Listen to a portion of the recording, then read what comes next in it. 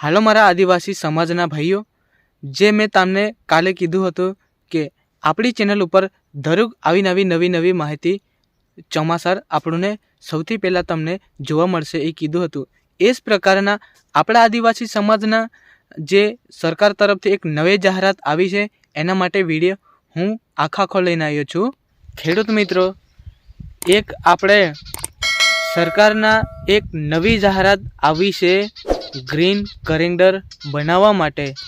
મિત્રો, આ ગ્રીન કરેન્ડર કેટલા ગામોમાં બનશે અને કઈ રીતે બનશે તે તમામ માહિતી આજે હું લઈને આવ્યો છું.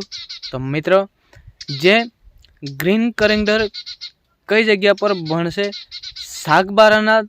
સાગબારા તાલુકાના તમામ ગામોમાં આ ગ્રીન કરેન્ડર બનવા માટે આવ્યું છે. એ સરકારની જાહેરાતની લખિતમાં આવેલું છે.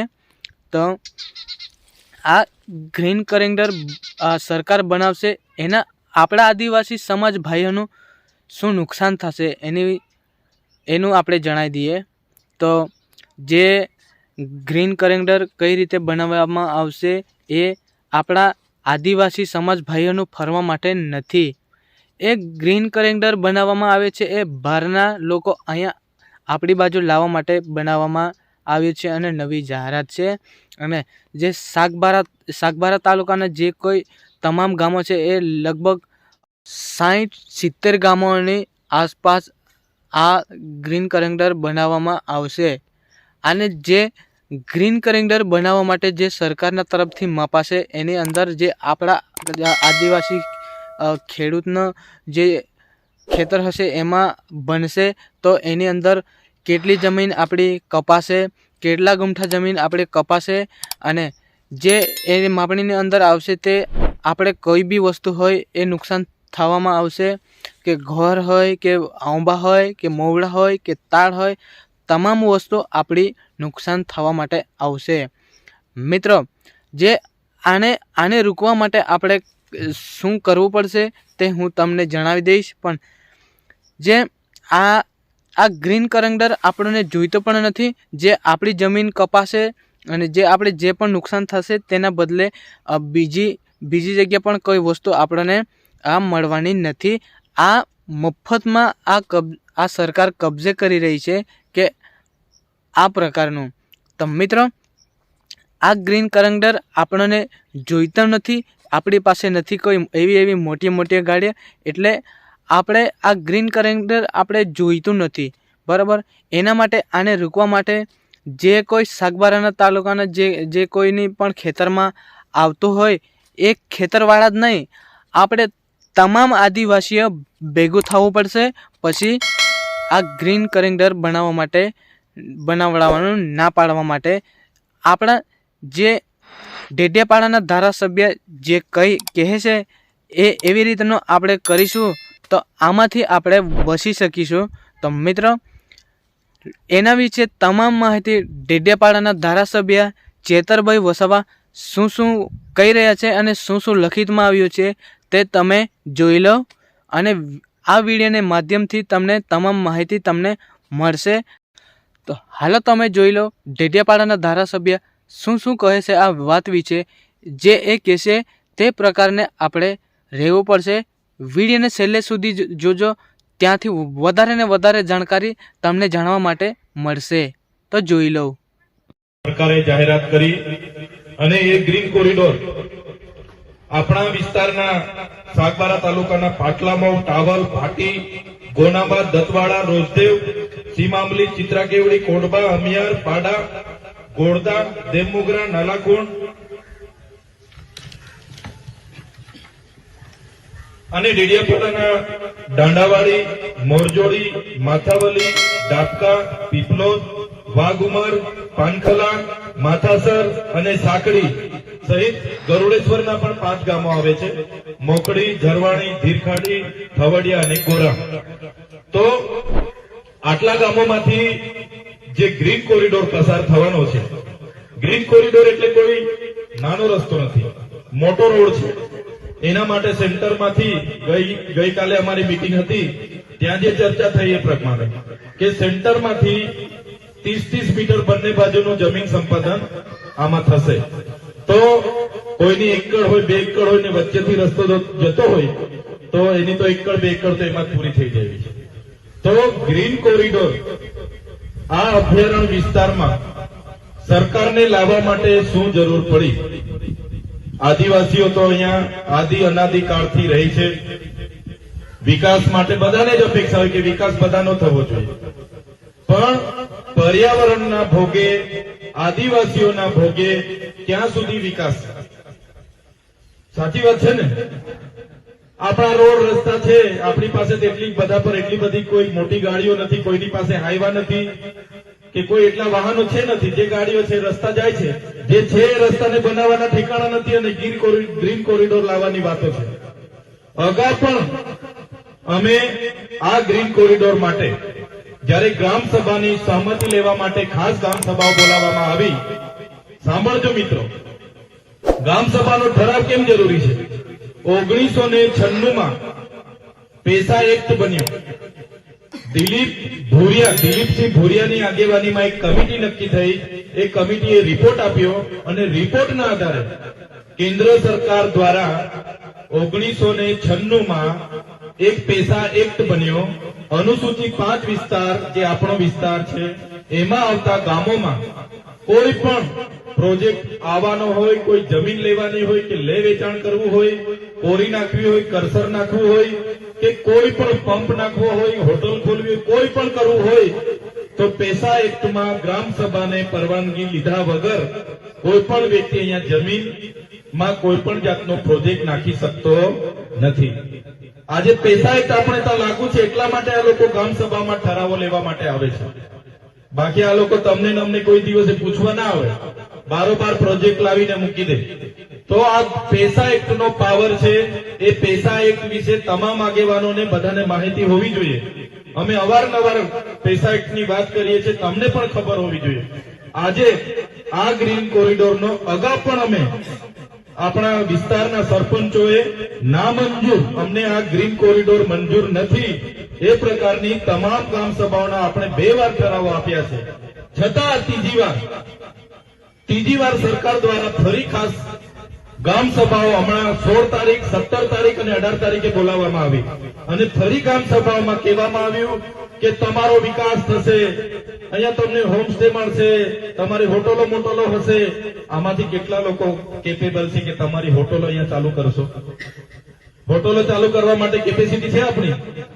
પંપ ચાલુ કરવા માટે કેપેસિટી છે આપણી? એટલે આપણને આ ગ્રામ સભાઓમાં એવું કીધું કે ભાઈ રોડની આજુબાજુ તમારી હોટલો મોટી મોટી ચાલશે, હોમસ્ટે ચાલશે, તમારી આદિવાસી વાનગીઓની તમારી દુકાનો ચાલશે, પંપ ચાલશે, ગેસની આવશે. ભાઈ અમને કોઈ જરૂર નથી. હું અભિનંદન આપું છું તમામ સરપંચોને, એમના માટે જોરદાર એકવાર તાળીઓ પાડો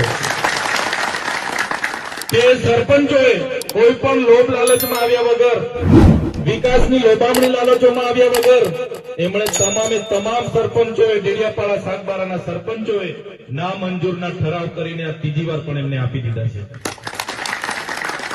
તો સાથીઓ, નામંજૂરનો ઠરાવ આપી દેવાથી આ લડત પૂરી નથી થઈ જતી, આ પ્રોજેક્ટ રદ નથી થતો. અને જેટલા લોકોની જમીનો જાય છે, સર્વે નંબર, એમની કેટલા ગુંઠા, કેટલા હેક્ટર જમીન જાય છે, બધી વિગતો મારી પાસે છે. તો જેમની જમીન જાય છે એટલા લોકો વિરોધમાં આવશે. એ લોકો જાણે, એમનું કામ જાણે, સરપંચો જાણે, આપણે શું લેવા દેવા? એવું નથી. જેની જમીન જાય છે, જેનું ઘર તૂટે છે, જેનું મકાન તૂટે છે, જેનો કૂવો જાય છે, કોઈનો બોર જાય છે, કોઈનો આંબો જાય છે, કોઈની આંબલી જાય છે, કોઈનો મોવડો જાય છે, એટલા લોકોને નુકસાન નથી થવાનું. આ વિસ્તારમાં ગ્રીન કોરિડોર આવશે, જેટલા પણ ગામો છે બધાને આમાં નુકસાન થવાનું છે. કેમ? એકવાર ગ્રીન કોરિડોર બનશે પછી આ લોકો માઇનિંગ અને ખનન માટે પરવાનગી આપશે. કોરીઓ, કરસરો, ખાણો, તમે રાજપાડીમાં જોવો છો ને કેવું રસ્તાની હાલત શું છે, ધૂળ કેવું ઉડે છે, એની પરવાનગીઓ આપશે. આપણું ભૂગર્ભ જળ, જે કુવાઓ, બોરમાં જે જળ છે, એ જ આવનારા દિવસોમાં આ કોરિડોરમાં પછી નવા પ્રોજેક્ટો આજુબાજુ આવશે, આ આવશે, તે આવશે, ફલાણું આવશે, ઢીકણું આવશે. પર્યાવરણને પણ ખૂબ નુકસાન થવાનું છે, હવા પ્રદૂષણ થવાનું છે, ભૂગર્ભનું જળ આપણે નીચું જવાનું છે. આપણી જે સંસ્કૃતિ, આપણે જે પ્રકૃતિ સાથે જીવીએ છીએ, ત્યારે પ્રકૃતિને, સંસ્કૃતિને પણ અહીંયા નુકસાન થવાનું છે. આજે તમે જોઈ લો આજે થોડા દિવસ પહેલા હું સમાચારમાં જોતો હતો, કોઈ બેન આપણે કલાકાર છે કિંજલ દવે ને, બ્રહ્મ સમાજમાંથી આવે છે. એ બેને કોઈ શાહ પરિવારમાં લગ્ન કરવાની સગાઈ કરી તો એમના બ્રહ્મ સમાજે આખા પરિવારને પોતાના સમાજમાંથી બહાર કરી દીધો. જોયું ને તમે? આજે આદિવાસી સમાજની આપણી બહેનોને તમામ સમાજના લોકો લઈ જાય છે. સૌરાષ્ટ્રમાં પણ લઈ જાય છે, બીજા રાજ્યોમાં પણ લઈ જાય છે કે નથી લઈ જતા? બધાના ગામોમાંથી લઈ જાય છે. આપણા ગામના છોકરાઓ ભણી ગણીને નોકરી મેળવીને આવે છે, એમને જયારે પરણવાનું હોય છે તો બીજી જાતિવાળા આપણા લોકોને કોઈ બેન આપે છે. તમે એક બેનને વિદ્યાનગરથી એક ભાઈ લઈ આવેલો, કેટલી પોલીસ અહીંયા ઉતારી દીધેલી, કેટલા લોકો આવેલા, અમારી છોકરીને મારી નાખવાની છે પણ આદિવાસીને નથી આપવાની, એવું મારા નજર સામે લોકો બોલ્યા હતા. તો એક સમાનતાની ધારાની વાત થાય છે, યુસીસી ની વાત થાય છે, ને અમારા લોકો સાથે તો કોઈ રોટી બેટીનો વ્યવહાર નથી કરતું. આજે બીજા લોકોની હવે નજર આપણી જમીનો પર છે.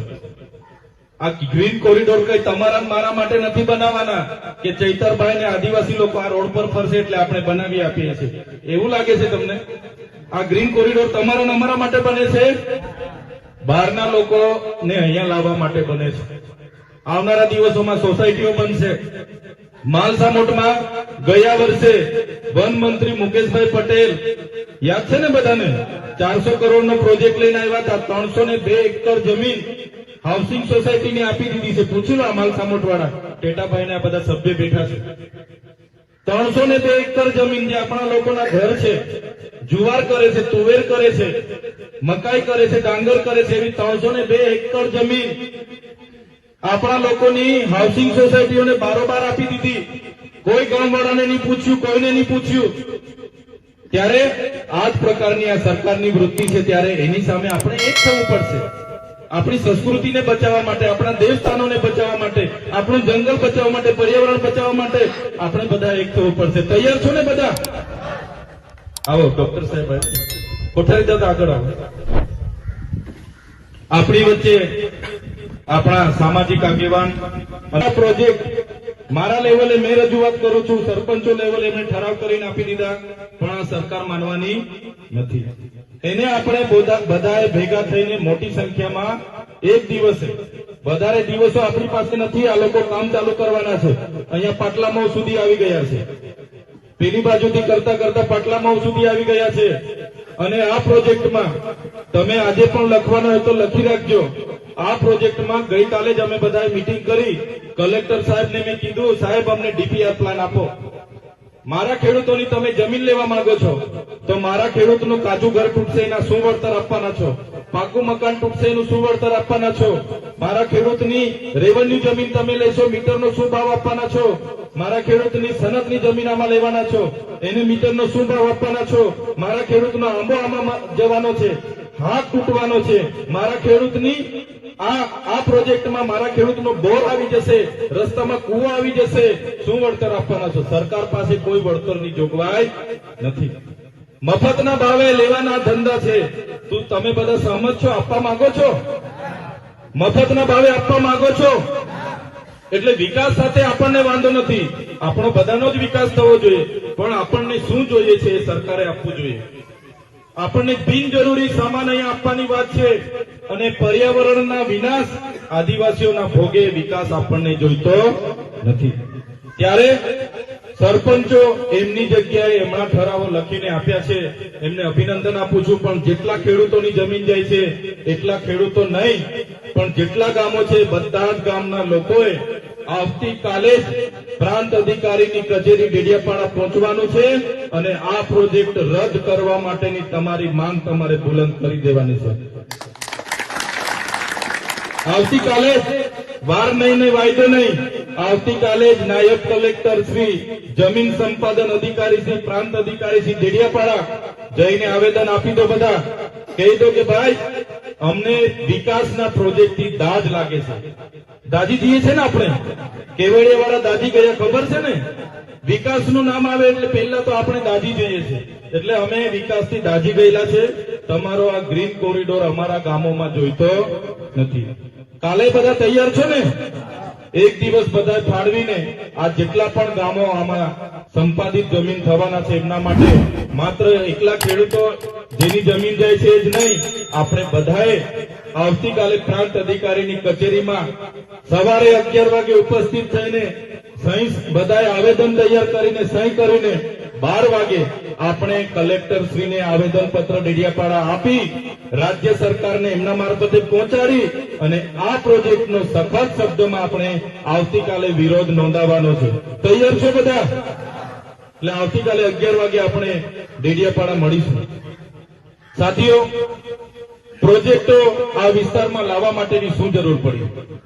આપણે એક નાનો રોડ બનાવીએ ત્યારે ફોરેસ્ટ વાળા એ રોડ બંધ કરાવી દે છે. આજે મોસ્ટરથી ડુમખલ જતો રોડ આજે પરિસ્થિતિ બહુ ખરાબ છે. અમે જિલ્લા સંકલનમાં ગઈકાલે મીટિંગમાં બેઠા તો જિલ્લા સંકલનમાં અમે માહિતી માંગી કે મેં કીધું મારા ગામ ડેડિયાપાડામાં મારો મત વિસ્તાર છે, ત્યાં વડાપ્રધાન શ્રી પોતાનો કાર્યક્રમ કર્યો, કયા વિભાગે કેટલો ખર્ચો કરે મને જરા માહિતી આપો. તો એમણે એક એક કચેરીઓના ટોટલ ખર્ચાઓ મને આપ્યા છે.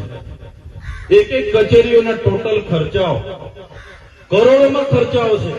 7 કરોડનું મંડપ, 2 કરોડનો ડોમ, 5 કરોડનું સ્ટેજ, 2 કરોડના ચા નાસ્તો, 7 કરોડની બસો, 50 લાખનું પાણી, 50 લાખના ફૂલગુચ્છા, કેટલા કરોડોના બેનર, કેટલા કરોડોના આપણે ટોયલેટ, 2 કરોડના તો ટોયલેટ વાન ખરા ને એને 2 કરોડ રૂપિયા. અહીંની બધી હોટલોમાં લાખો રૂપિયા બિલો ચૂકવ્યા છે. બધી હોટલ રાજપીપળા, કેવડિયા, નેત્રંગની મહિન્દ્રા ક્લબમાં 18 લાખ રૂપિયા ચૂકવ્યા ને એક એક અધિકારીએ એક ટાઈમ ખાવા માટે એક ડીશના 3000 રૂપિયા. સવારે ચાના અલગ, બપોરના લંચના અલગ ને ડિનરના અલગ. એક એક જણે 8,000 નું ખાધું એક દિવસે. 3,000 ની ડીશ. અહીંયા આપણા છોકરાઓ, અહીંયા ગોળદા આશ્રમ શાળા છે ને, એવી આશ્રમ શાળામાં આપણા છોકરાઓ ભણે છે. એનું મહિનાનું ફૂડ બિલ કેટલું આવે ખબર છે તમને? 2100 રૂપિયા. 2100 રૂપિયામાં એને આખો મહિનો, એમાં એનું રૂમની લાઇટ આવી ગઈ, પંખો આવી ગયો, એનું પાણી આવી ગયું, એનો બિસ્તરો આવી ગયો. 2100 રૂપિયા મહિનો એટલે 70 રૂપિયા પર ડે પડે. 70 રૂપિયા પડે ને? 70 રૂપિયામાં એની લાઇટ આવી ગઈ, નાવાનું પાણી આવી ગયું, પીવાનું પાણી આવી ગયું, એમાં સવારનો નાસ્તો આવી ગયો, બપોરનું જમવાનું, સાંજનું બી જમવાનું એમાં જ આવી ગયું, એમાં ગાદલું આવી ગયું, પલંગ આવી ગયું, બધું જ 70 રૂપિયામાં. મહિનાના 2100 રૂપિયા, એમાં સાબુ ને કોપરેલ જે તે બધું જ આવી ગયું. અને પેલા લોકો એક ટાઈમના 3000 ની ડીશો અહીંયા ખાઈને ગયા, કરોડોમાં ખાઈને જતા રહ્યા. તો મારે કહેવાનું એવું, મારો એનો ફોન આવ્યો, સાહેબ સિકલ સેલ ના અમારી જે અમને સહાય મળતી હતી સિકલ સેલ ની મળતી નથી. મેં અધિકારીને ફોન કર્યો કે ભાઈ સિકલ સેલ જે અમારા બાળકો પીડાય છે ને એમાંથી કાઢવા માટે, લીલી શાકભાજી ખાવા માટે જે આદિજાતિમાંથી ગ્રાન્ટ મળે છે કેમ તમે આપતા નથી? માર્ચ મહિનાથી કેમ બંધ છે? એને મને કીધું સાહેબ ગ્રાન્ટ નથી. આપણા બાળકોની શિષ્યવૃત્તિ છેલ્લા 2 વર્ષથી બંધ છે. પેલા અધિકારીને મેં પૂછ્યું કે ભાઈ કેમ તમે શિષ્યવૃત્તિ નથી આપતા? ગ્રાન્ટ નથી. આદર્શ નિવાસી અને તમામ શાળાઓમાં છોકરાઓને 2 જોડી કપડા આપવાના, બૂટ આપવાની જોગવાઈ છે. એ ગયા વર્ષથી મળ્યા નથી. મેં પૂછ્યું કેમ આપતા નથી? તો ગ્રાન્ટ નથી. અને અહીંયા તમે 50 કરોડના પ્રોગ્રામો તાઇફા કરીને અમારો ગ્રાન્ટ વાપરીને જતા રહો. કઈ કેટલું વ્યાજબી છે? આ પ્રોગ્રામ થયો આટલા બધા આદિજાતિના ગ્રાન્ટના, આપણા ગ્રાન્ટના પૈસા વાપરાયેલા છે. આ કોઈ નેતાના ઘરથી પૈસા નથી આવ્યા. એમાં હું કાઢી પાડો છે ભાઈ. આપણા છોકરાઓના આંગણવાડીના બિલો મંજૂર નથી થતા, ગ્રાન્ટ નથી એના માટે, અને એ પૈસા અહીંયા તાઇફાઓમાં આ લોકો વાપરે છે. પહેલા વિકાસ પર્વ કર્યું 15 દિવસ, પછી વિકાસ મહોત્સવ કર્યો, રથ લઈને ફર્યા, બેસણામાં મીટિંગ કરી, મોરડામાં મીટિંગ કરી, ચિંતામાં મીટિંગ કરી, કેવડીમાં મીટિંગ કરી, સામરપાડામાં મીટિંગ કરી, સોલિયામાં મીટિંગ કરી. એ પૈસા કોના છે? એ આપણા બધાના ટેક્સના પૈસા છે. તમારા ને અમારા બાળકોના શિક્ષણ અને વિકાસના પૈસા ત્યાં વાપરે છે. હમણાં માર્ચ ઓફ યુનિટી કાઢી, એ મંડપના લાખો રૂપિયાના ખર્ચા, રથના ખર્ચા, એ કોના ગ્રાન્ટમાંથી? એ એમની પાર્ટીના ગ્રાન્ટમાંથી નથી. આપણી જે ગ્રાન્ટ જિલ્લાની આવે છે એમાંથી ખર્ચાઓ કરે છે.